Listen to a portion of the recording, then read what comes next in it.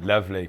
And in fact, there's a new part we're doing to the show called All the Road. Well, the roads lead to the palace, and of course, Gary Anderson reigning and defending world's number 2.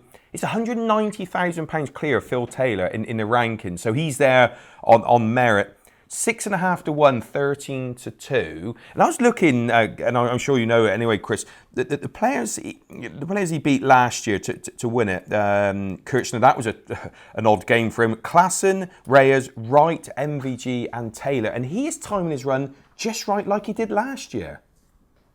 Yeah, and last year he won the very first Players' Championships and the last one. Yeah. And then that run he went on that amazing run. He won the Players. Yeah. The actual one at Minehead. Yeah.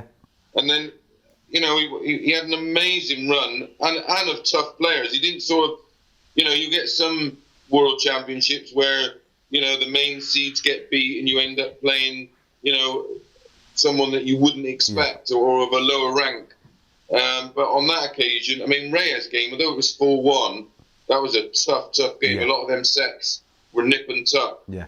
But yeah, I think Lewis is very much the same. I think, the summer months, I suppose they got the match play, which they all really enjoy and get ready for. And then they have a bit of a lull, and then they start to wind up all their practice. And then, they've got all these tournaments. So if there is something wrong in their preparation, they can sort them out now. They've got real TV tournaments to get everything ironed out, where we didn't really have that back in my day. You sort of just you had the World Masters and then boom, straight into the World Championships. And then after that, I think we had the Grand Prix and then a long break, boom, straight into the World Championships. Yeah. So these guys are, they're pretty spoiled. No wonder they're playing so well. They're constantly playing. Yeah. They ain't got to worry about paying bills. No, that's for sure. You look at, Gary, he seems to have the hunger back, and do you know what? He's just one of those sort of players. When he's playing the better standard of play, like the higher, you fancy him a little bit more. I look at the Players' Championship last year. He beat Kist, world champion, Bunting, world champion, Taylor, Van der Voort, and Lewis. 4 out of 5 world champions. What a way to win a tournament. And I say he's starting to play well again. You wouldn't rule him out of anything at the moment. It's in 6.5 to 1. Would you have 6.5 to 1 Gary Anderson world champion? Yeah, absolutely. Yeah, he's proven quality now. He knows how to win. It wasn't that he's just won that tournament. He's won plenty of others, and he won plenty of others before that. In the old when they had the old combined tournaments, the IDL and the World Dart Trophy. Yeah. But yeah, James Wade is a player who plays what's put in front of him in terms of quality. Yeah. Where Gary loves playing a big name player, and it doesn't matter how well they play, he will show up. No one gave him a chance really on Sunday against MVG in the final. No. And he all but blitzed him and played him at his own game. But he's just got that fire in his eyes. Yeah. I don't know if you've seen the interview afterwards, but the crowd, although they're used to the crowds, that was fairly hostile towards Gary. And he said, "That's all right. Wait till we get to Glasgow for the World Series and see what it feels like when you're playing on my own ground." He meant that. But yeah, he's definitely got a bit of fire about him. We talk a lot. I'm good mates with Gary. I love him to bits, and he's definitely got that. Yeah, the fire is burning brightly, and he wants to defend that title. And I think he's actually. I think he might even be doing some practice. Might only be for 10 minutes, but I think he might be practicing. So, as far as the World Championship, I know we got tournaments before there, Chris. How about an outsider to have a look at? I know, say there's events before that. An outsider for the World Championship. I think you're going to have a good look at Thornton. I think he'd be a good price. Yeah. Recent Grand Prix winner. Pedigree, won the UK Opens, beat Taylor in finals. He's beat Michael van Gerwen in finals. I like Robert. He's got that good long game. He's very solid. Every department of his game is strong. Yeah. And mentally, very little phases him. When he does get beat, someone does something miraculous, as did Henderson with his 4-ton-plus finishes against him in Belgium. Yeah. So yeah, I like Thornton again as an outsider. As an outsider, Who knows? Menzel maybe. He might shake him up a little bit. I mean, he's fearless. You don't want him in the first round. He's not nice to play against. No. You know, and he does have that game. I mean, he had that game, I think it was against Barneveld. He averaged 111 or something in one of the Euro Tour events that was streamed. Yeah. So the guy's got pedigree, and he's, you know, he is pretty fearless. Yeah. And he's not very nice to play against. You get no rhythm against him. So yeah, there would be my two. The two guys that are currently playing well, they're relatively dismissed by the bookies. Yeah, I think you're saying about that game. I think it was against Michael at 111, and I think Barney lost to someone like Joe Cullen with the same sort of average. But that says it. Right. That says it all. That's just ridiculous. Yeah. But more importantly, Chris, obviously a few weeks ago was down at Butlins. You was rolling back the years there. Bullseye, double top, checkouts all over the board. I tell you what, you haven't lost it. No, I'm playing right at the minute.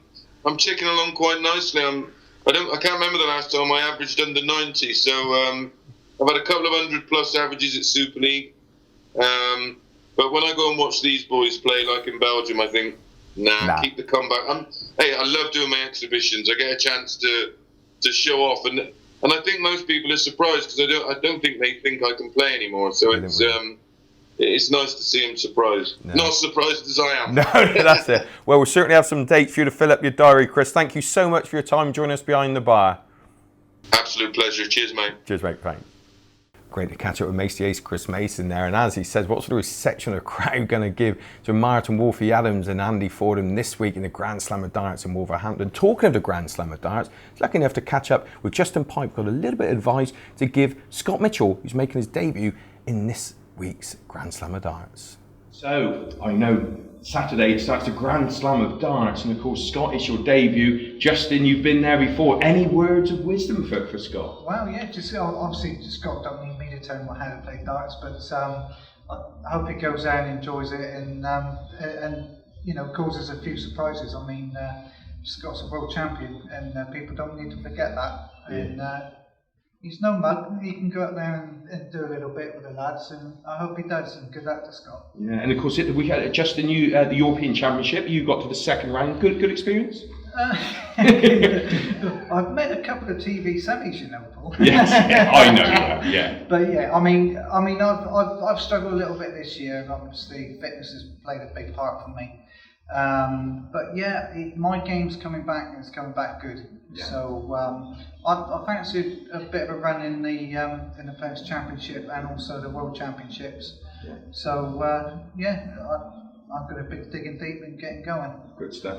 And Scott, of course, the Turkish Open, and then followed by the World Cup, and of course you got to the final, the doubles, but you landed the team event.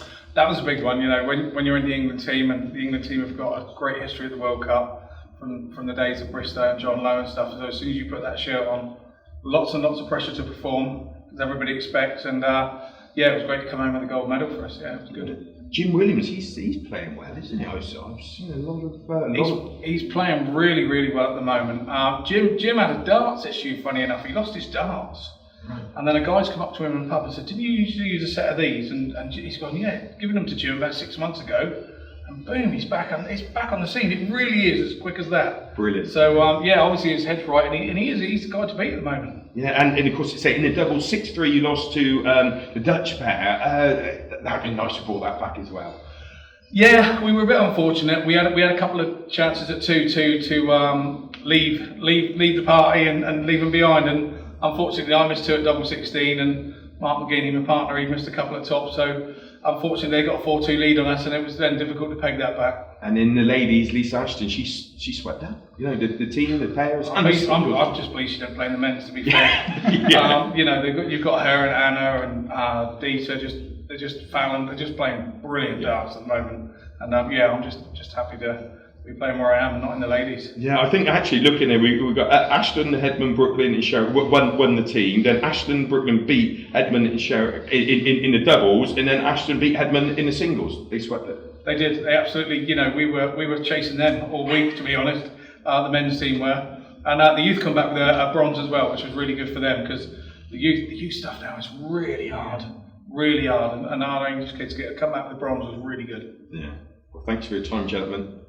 No problem. Paul. Great to catch up with the Force, Justin Pipe, and of course Scotty Dog Scott Mitchell there. And of course, best of luck to Scott making his debut in the Grand Slam of Darts this weekend. Don't forget, ladies and gentlemen, to subscribe to our YouTube channel, like our Facebook page, and follow us on Twitter. And join us next week on more Behind the Bar with Paul Starr, brought to you by William Hill, the proud sponsor of the World Darts Championship. We look forward to seeing you then.